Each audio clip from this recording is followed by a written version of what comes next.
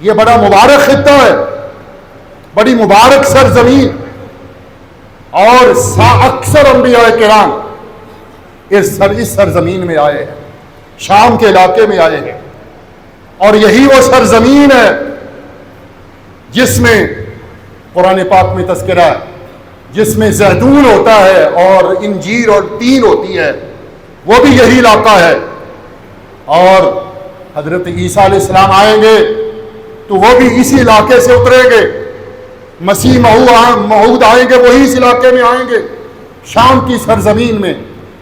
شام کا خطہ بڑا زرخیز خطہ ہے، اور آج بھی وہ سرزمین کی تاریخ پڑھے تو انتہائی پھل اور میووں کی سرزمین ہے۔ اس علاقے کی طرف حضرت ابراہیم علیہ السلام کو ہجرت کرنے کا حکم دیا گیا۔ وقال انی مہاجر الی ربی انہ هو العزیز الحکیم، کہا کہ میں اپنے رب کے حکم سے سرزمین شام کی طرف ہجرت کر کے جا رہا ہوں۔ حضرت ابراہیم علیہ السلام اس علاقے میں ہجرت کر کے چلے گئے۔ اب اللہ رب ذوالجلال نے جب حکم دیا ہجرت کا تو پھر آپ جانتے ہیں وہاں پہ اس سفر میں ان کے ساتھ کئی معاملات پیش آئے۔ حضرت سارہ ان کی جو بیوی تھی نا، یہ دنیا کی ان خواتین میں شامل تھی جن کو اللہ نے بڑا حسن و جمال دیا تھا، بڑا حسن و جمال تھا، اور اس زمانے میں ابھی پردے کا کوئی تصور نہیں تھا۔ تو حضرت سارہ آپ کے ساتھ ہے، ہجرت کرتے کرتے راستے میں وہ آپ نے واقعہ سنا ہوا کہ ایک بادشاہ جابر اور ظالم جب اس کی سرزمین میں پہنچے تو ان کو بتایا گیا کہ کچھ لوگ مسافر آپ کی سلطنت میں داخل ہوئے اور ایک انتہائی خوبرو عورت ان کے ساتھ موجود ہے۔ حضرت ابراہیم علیہ السلام کو یہ فکر لاحق ہوا کہ کس طرح عصمت اور عزت کو بچایا جائے۔ یہ جو بادشاہ ہوتے ہیں نا، یہ ظالم جابر حکمران آج بھی دنیا میں موجود ہیں، یہ انتہائی باغی، سرکش اور خواہشات اور اپنے شہوات کے پجاری ہوتے ہیں، خواہشات اور شہوات کے پجاری۔ یہ ظالم حکمران بھی ایسا ہی تھا۔ اس نے اپنے حواریوں کو حکم دیا کہ اس خاتون کو میرے سامنے لایا جائے۔ ابراہیم علیہ السلام فکر مند ہو گئے، حضرت سارہ سے کہا کہ تو میری اسلام کی بہن ہے، اس سرزمین میں اس وقت میرے اور تیرے سوا اور بھتیجا لوط ہے، ان کے سوا کوئی میرا پیروکار نہیں ہے، تو اسلام کے اندر میری بہن ہے، بیوی تو ہے، اسلام کے اندر بھی میری بہن ہے، اسلامی بہن ہے، لہذا اگر بادشاہ پوچھے تو کیا رشتہ ہے تو کہنا میں ان کی بہن ہوں۔ بادشاہ کے سامنے حضرت سارہ کو پیش کیا گیا۔ حضرت سارہ علیہ السلام، کروڑوں رحمتیں ہیں اس خاتون پہ، وہ پیش ہوئی۔ ابھی چہرے کا پردہ نہیں ہے، بادشاہ دیکھتے ہی فریفتہ ہوا، اور اس نے اپنے جذبات پہ کنٹرول نہ کر سکا، اپنے حواریوں اور درباریوں کو باہر نکال دیا کہ اکیلی سارہ کو میرے سامنے پیش کیا جائے۔ حضرت سارہ کو پیش کیا گیا۔ کبھی تاریخ ہو گئی، سارہ اور وہ ظالم حکمران اللہ سے دعا کی، اللہ آج ہماری عزتوں کی حفاظت کرنے والا تیرے سوا کوئی ہے ہی نہیں، اللہ تو نیت کو جانتا ہے، عقیدے کو جانتا ہے، اللہ میرے اور تیرے سوا کوئی پردہ بھی نہیں ہے، اللہ آج عزتوں کی حفاظت کرنے والا تیرے سوا کون ہو سکتا ہے؟ جب اس حکمران نے ہاتھ آگے بڑھایا تو یہ ہاتھ شل ہو گیا، ہاتھ آگے نہیں بڑھا سکا، حضرت سارہ کو چھو نہیں سکا۔ حضرت سارہ نے جب یہ منظر دیکھا کہ میری طرف اس نے ہاتھ بڑھانے کی کوشش کی ہے اور یہ بے ہوش ہو گیا، غشی پڑ گئی ہے، شل ہو گیا، اللہ سے دعا کی، یا اللہ اگر یہ یہاں حکمران مر گیا تو یہ تو میرے ذمے ہو جائے گا کہ سارا نے قتل کیا ہے، پورے ملک میں بغاوت ہو جائے گی، اللہ اسے زندہ رکھنا، میری موجودگی میں سے کہیں موت نہ آ جائے۔ سارا نے دعا کی، اس کو افاقہ ہو گیا، پھر ہاتھ بڑھایا، پھر دعا کی، پھر ٹھیک ہو گیا، 2-3 دفعہ ایسا ہوا۔ وہ حضرت سارہ کو ہاتھ نہیں لگا سکا، حضرت سارہ کے جسم کو چھو نہیں سکا۔ اس نے سمجھا کہ یہ کوئی ایسی مخلوق ہے، ایسی شخصیت ہے، اب میرے بس کی بات نہیں ہے کہ میں اس پہ کنٹرول حاصل کروں۔ یہ باغی حکمران میرے بھائیوں، جن کے سیکرٹ تنہائی کے معاملات اسی طرح کے ہوتے ہیں، جس کی تنہائی درست ہو گئی، خواہ وہ ظالم حکمران کیوں نہ ہو، ظالموں کو یہ پیغام ہے، دنیا کے ظالم بادشاہوں کو یہ پیغام ہے، باز آ جائے، اللہ کی بغاوت سے، انسانیت پر ظلم کرنے سے باز آ جائے۔ اللہ چاہے تو اسی اقتدار کی کرسی پہ ان کو شل کر کے رکھ دے، اپاہج کر کے رکھ دے، اور ایسا ہوا۔ حضرت سارہ نے دعا کی، وہ ٹھیک ہو گیا۔ پھر حضرت سارہ سے بڑا متاثر ہوا، بہت گرویدہ ہوا، اتنا گرویدہ ہوا کہ یہ تو عظیم ہستی ہے۔ انہوں نے اپنی بیٹی، اس بادشاہ نے جس کا نام ہاجر تھا، پہلے ہاجر ہوئی پھر اس کو ہاجرہ کہا گیا، اصل میں ہاجر ہے اس کا نام، اپنی بیٹی ہاجر کو حضرت سارہ کی خدمت گار مقرر کر کے ان کو عطا کر دی۔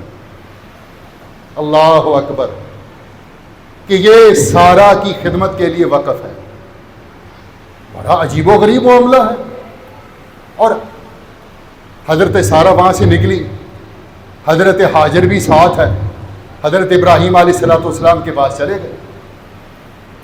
اب حضرت سارہ کی اولاد نہیں ہے، حضرت سارہ علیہ السلام آج یہ اسباق سیکھیں ابراہیم علیہ السلام کے حالات سے۔ قرآن کریم نے بڑی تفصیل کے ساتھ ان حالات کو بیان کیا میرے بھائیوں اور میری بہنوں، میری بیٹیوں۔ اگر اللہ نے شوہر کو اولاد نہیں دی نا، اولاد کا میٹھا میوہ نہیں ملا نا، اور جن کو نہیں ملا ان سے پوچھو یہ کیسا میوہ ہے، تو بخل نہ کرو، بخیلی سے کام نہ لو، اپنے ہاتھوں اس شوہر کی شادی کر دو کہ میں اس کی ذمہ داری اٹھاتی ہوں۔ یہ ہمارے معاشرے میں دور کی بات ہے، بڑی اچنبھا کی بات ہے، لیکن قرآن کریم اور نبی علیہ السلام کے فرامین ہمیں یہی پیغام دیتے ہیں۔ انبیاء کی سیرت ہمارے سامنے ہے۔ حضرت سارہ کی اب تک اولاد نہیں، اور حضرت ابراہیم کی عمر تقریباً 75 سال ہو چکی ہے، 75 سال عمر ہو گئی ہے، حضرت سارہ کی اولاد نہیں۔ حضرت سارہ کہنے لگی کہ جناب ابراہیم، اللہ نے آپ کو اولاد سے محروم رکھا، میں چاہتی ہوں کہ یہ جو میری خدمت گزار مجھے ملی ہے اس کو میں آزاد کرتی ہوں اور آپ اس سے نکاح کر لیں، شاید اللہ ہمیں کو اولاد دے۔ ابراہیم علیہ الصلوۃ والسلام نے اس کو تسلیم کر لیا، کہا ٹھیک ہے۔ ابراہیم علیہ الصلوۃ والسلام نے حضرت ہاجرہ سے شادی کی، اور حضرت ہاجرہ سے اللہ نے ان کو بیٹا عطا کیا، حضرت اسماعیل علیہ السلام، اور اس کے بعد اللہ نے اسحاق بیٹا عطا کیا حضرت سارہ کو، ان کو بھی اولاد دے دی۔ یہ ہے اللہ کی رحمت، یہ اس کی برکت۔ اس برکت کا آغاز کیا ہے حضرت سارہ نے، جب انہوں نے ابراہیم کی گود کو دیکھا کہ اللہ نے بیٹا دے دیا۔ حضرت سارہ کی محبت کی وجہ سے، ان کی شادی کرنے کی وجہ سے، حضرت ہاجرہ کو حضرت ابراہیم کے نکاح میں دینے کی وجہ سے، تو حضرت سارہ کی بھی گود اللہ نے ہری فرما دی، ان کو بھی اللہ نے اسحاق نبی جیسا بیٹا تھا۔ اب اللہ نے ابراہیم علیہ الصلوۃ والسلام کو اکلوتے بیٹے اسماعیل عطا کر دیے، اور پھر اس کے بعد اللہ رب ذوالجلال حضرت ابراہیم علیہ الصلوۃ والسلام کو اس وقت فلسطین میں اس سرزمین میں آباد ہیں، تو حضرت ابراہیم علیہ السلام کو حکم ہوا، ابراہیم اب اس بیٹے کو آپ اپنے ساتھ پکڑے، اپنی بیوی کو لے اور مکہ کی سرزمین میں کعبۃ اللہ کے پڑوس میں چلے جائے، وہاں جا کر کے اپنے بیٹے کو چھوڑ کے آ جائے۔ ابراہیم علیہ الصلوۃ والسلام فلسطین سے نکلے، چلتے چلتے مکہ کی سرزمین میں پہنچے۔ ابھی بیت اللہ موجود نہیں ہے، اس کے نشانات نہیں ہیں، لیکن سرزمین وہی ہے۔ اللہ نے نشاندہی کر دی کہ ابراہیم اس سرزمین میں، اس خطے میں، اس وادی غیر ذی زرع، بے آب و گیا، بے آباد زمین میں اپنے بیٹے اور اپنی بیوی کو چھوڑ کے چلے جاؤ۔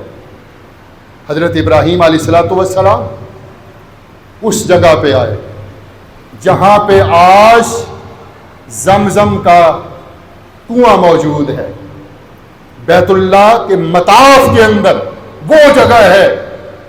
ابراہیم علیہ الصلوۃ والسلام نے اپنے اکلوتے بیٹے، اپنی بیوی ہاجر کو اس سرزمین میں چھوڑا، پانی، کھجورے جو اپنے پاس لے کے آئے تھے وہ ان کو دے دیا، اور وہاں بٹھا کر کے خود رخصت ہوئے۔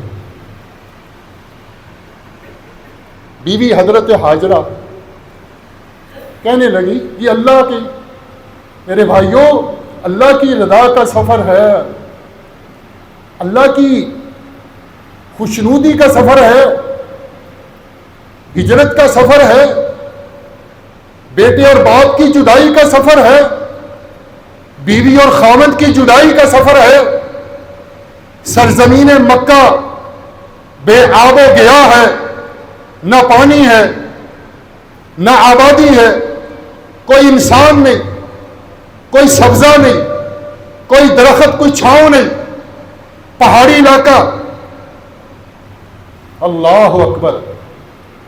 وہاں چھوڑ کے جب تھوڑا سا آگے گئے، حضرت ہاجرہ پیچھے سے آواز دی، ابراہیم بات تو سنو، کہاں جا رہے ہو؟ کس کے سہارے چھوڑ کے جا رہے؟ توجہ نہیں، پھر آگے چلے، پھر پکڑا، پھر پوچھا، 2-3 دفعہ اس طرح ہوا۔